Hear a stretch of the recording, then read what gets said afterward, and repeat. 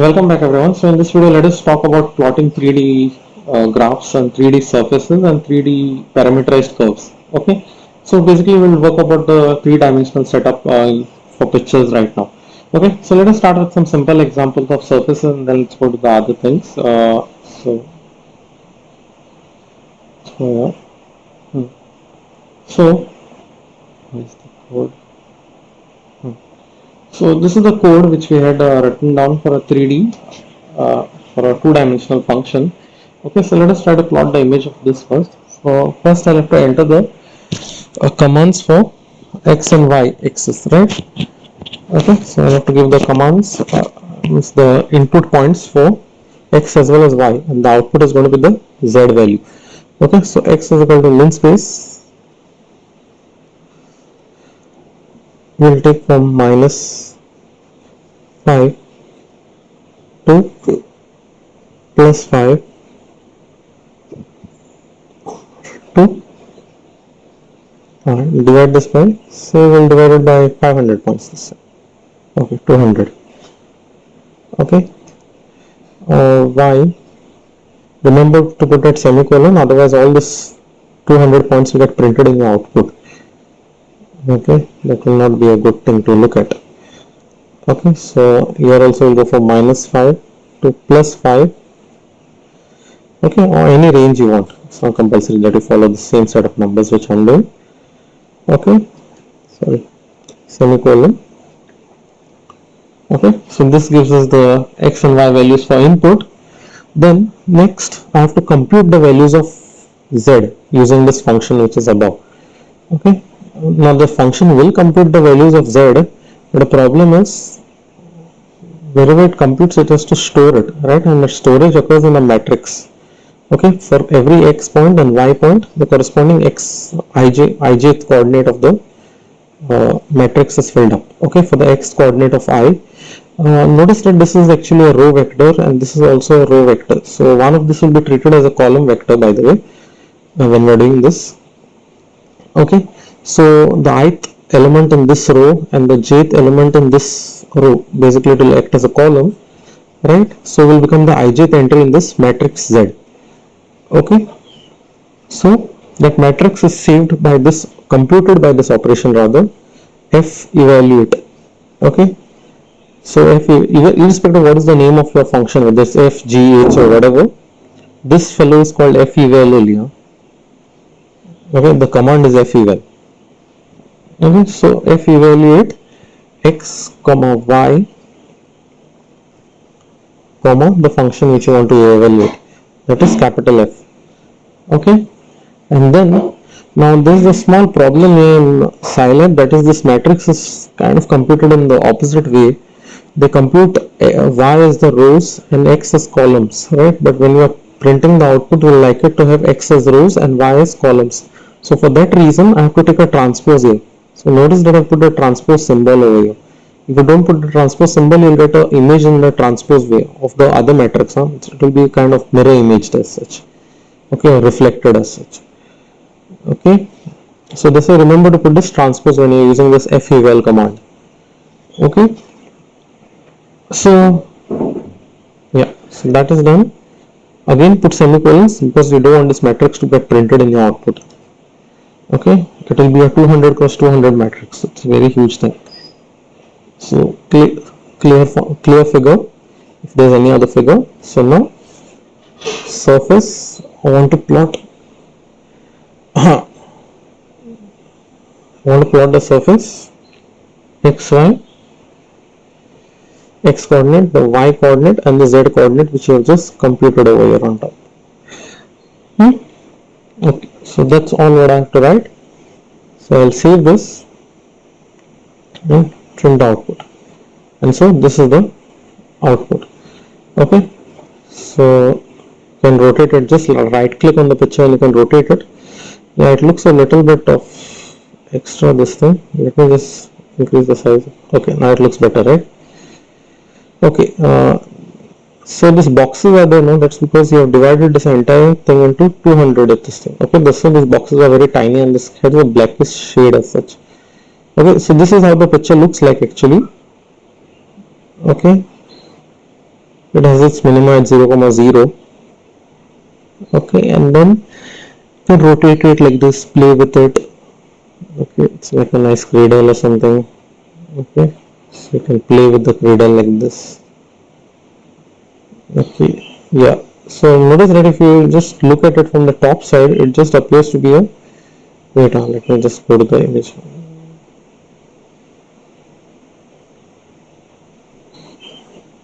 It just appears to be that square. Yes. Why I'm showing you this is when you're studying vector calculus and you have to do projections of images. When you project this thing from top, it appears to be a square. Now that's because your domain is already a square. As for the image or the projection of this also appears to be a square. Okay, anyways, so this is the graph of this function. I'll just show you this again. Just change this to a smaller number like 50.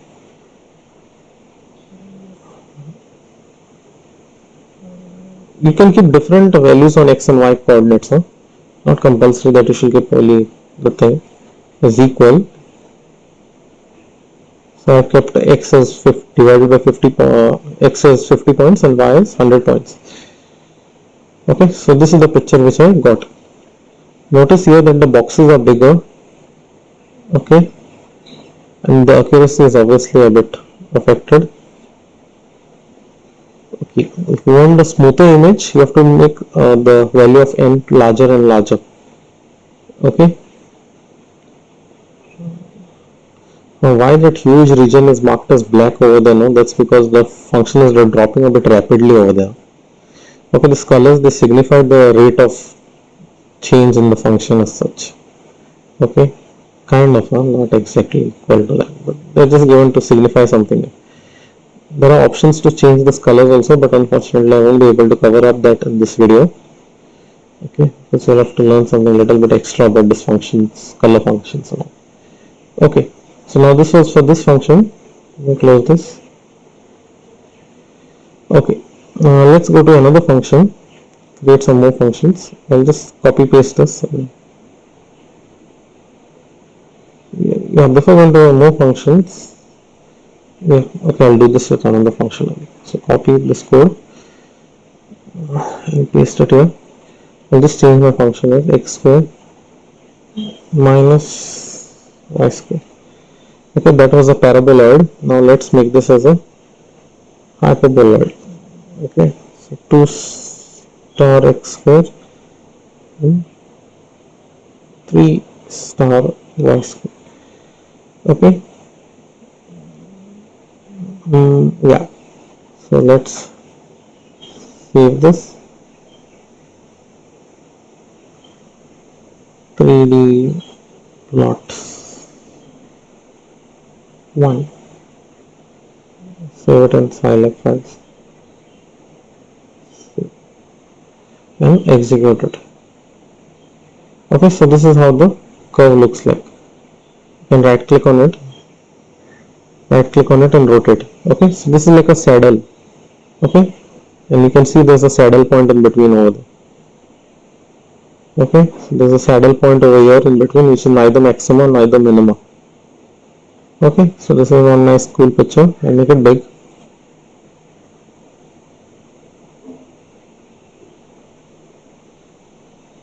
Okay, so nice cool picture.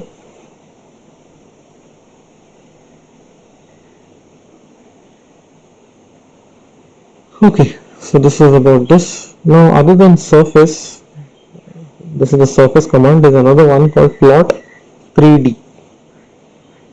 Okay, so let us see what is the output of that. The output is a little different. It comes in a single color thing. What happened? No output.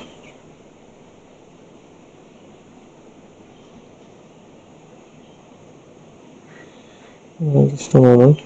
Let's save this and run it again. Some glitch happening here.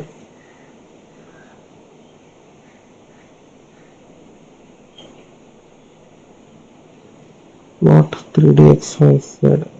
Let's try this. Okay, let me just see what's happening here.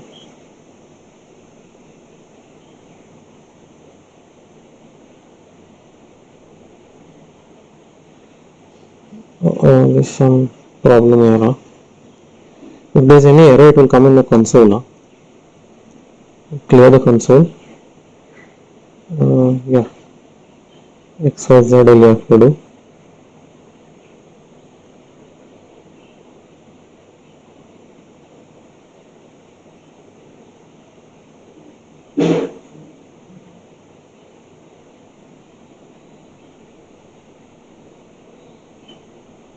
Here's the console. Plot 3D wrong input for almost incompatible length. Line 2 and 3. Where is that? Incompatible length. Not sure what is gone wrong here. Just check what is wrong here.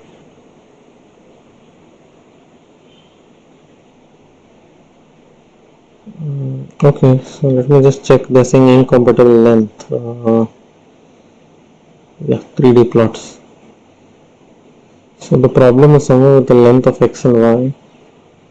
Oh, this thing is not supposed to take 3 arguments. It's supposed to take one single argument.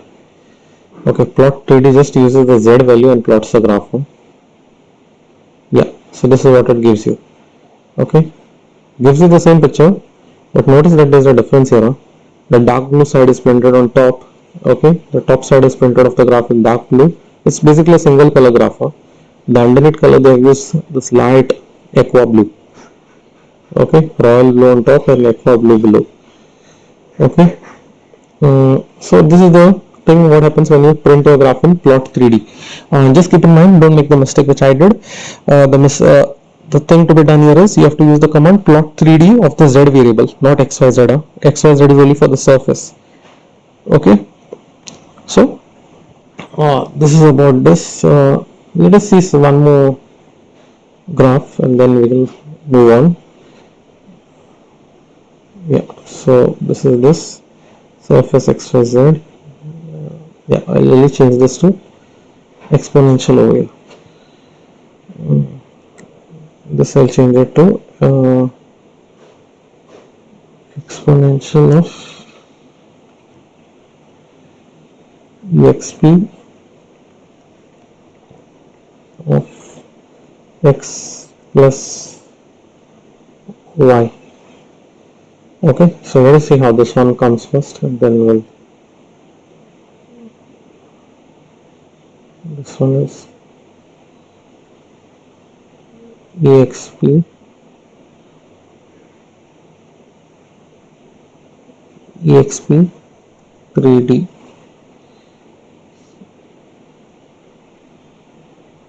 Okay, so let's run this. Okay, link comes so cool. What has happened is the graph is decreasing rapidly after certain values, right? So that's why it's become all black over there. Okay, so not a fun in doing this. So let me just change this to x raised to 2, sorry, x raised to 2, x square, y square. Sorry, x raised to y raised to 2. An exponential of this, I think this function will rapidly increase. So let me just make it exponential of minus of this thing, e raised to minus x square y square. Okay. This function looks nice.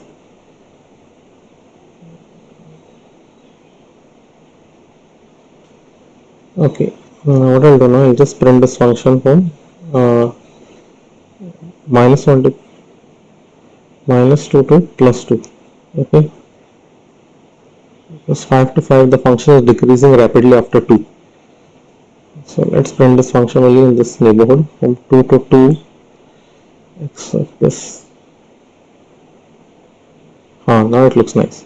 Actually, if I make it 1 to 1, it will look better. Because the function, once the function starts decreasing rapidly, what happens is the graph has all these black spots in it. Okay, this doesn't look nice, this black spots, no? Okay, this black spots basically represent that the value is very less. Okay, so the function has decreased rapidly, in other words. Okay, so minus 1 to plus 1, minus 1 to plus 1. Okay, and we'll make this also 100. So save it and then run it. Okay, so this is the kind of output I get here now.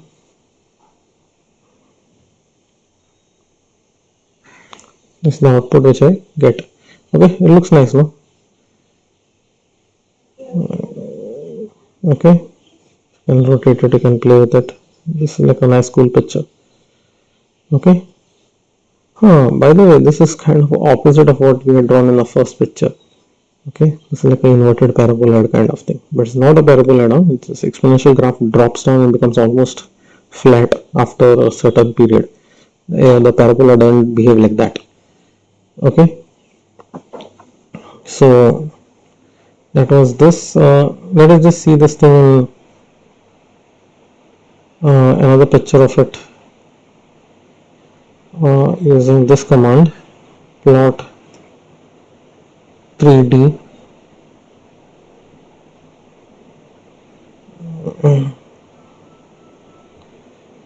Z. Okay, now I want only this command to be printed, so I'll just comment this. Okay,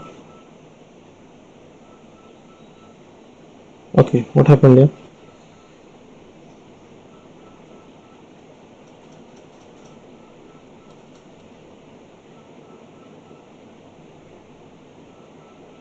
Okay, okay, I was looking at here. Now see, it looks like this. Okay, all single blue color. There are options to change these colors, by the way. Okay, I won't get into those things. That will require a little bit explanation of how this color functions work here. They're not so obvious like the two-dimensional graph where you just change an alphabet or something. Because actually, as a matter of fact, here there are lots of options available when it comes to colors. Since those colors options are many, they have given you the codes using numbers and all. Okay, so that becomes a bit troublesome to do right now. Okay, so I won't get into that. Yeah, so enough of playing with this. Yeah, so let's finish this off. Okay, now the last thing what is remaining for me is to do is I have to teach you how to do parametric plots. Okay, so the last thing over here is parametric plots. So if you want to print a parametric curve, okay, so parametric curve is just a curve in three dimensional. So let us enter the thing, line space. I'll use t as my defining variable, line space. Okay, since you have only one variable, basically it's a three-dimensional curve with one variable only. Alright, so line space from 0 to mostly we'll define them with the help of theta. So 0 to 2 pi 2 pi comma how many points will divided by 100. Okay, so these are the values of t. Okay, so now we want a parameterized curve, three-dimensional parameterized curve, param 3D. Okay, so param 3D. Okay, and what is the name of the curve you want to print? You want to print, let's go for this one, cos of t, sorry, cos of t, sine of t,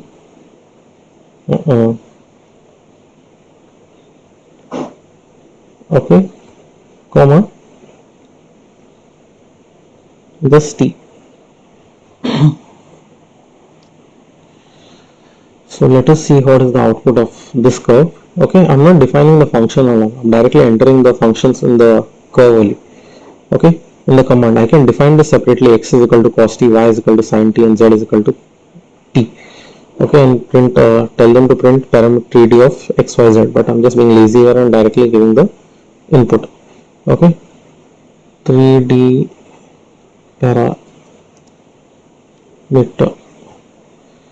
parameter curve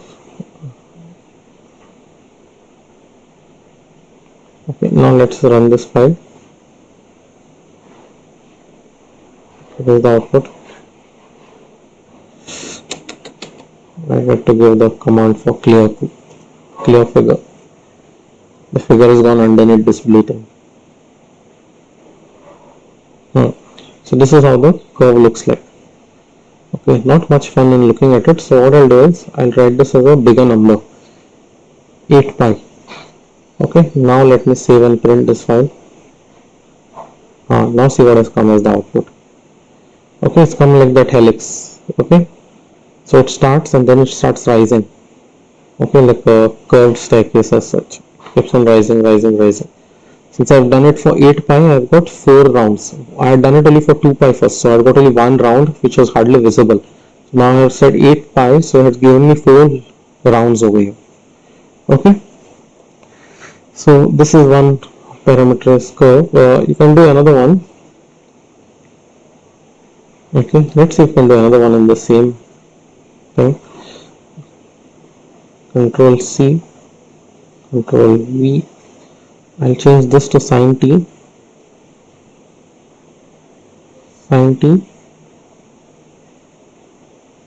cos t. Okay, t.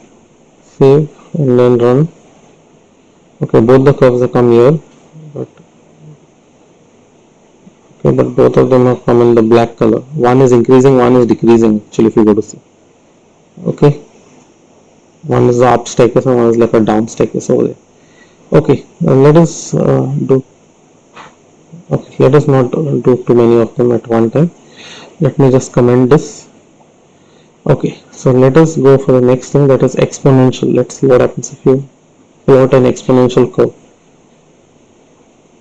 AXP. Okay, now let's play this. Okay, it became very large very fast. You can hardly see anything. There's nothing to see also. Like, okay, so this is a bad idea to plot this. Let's try something else. Let's try t sine of, oh wait, t star. Okay, what I was doing now,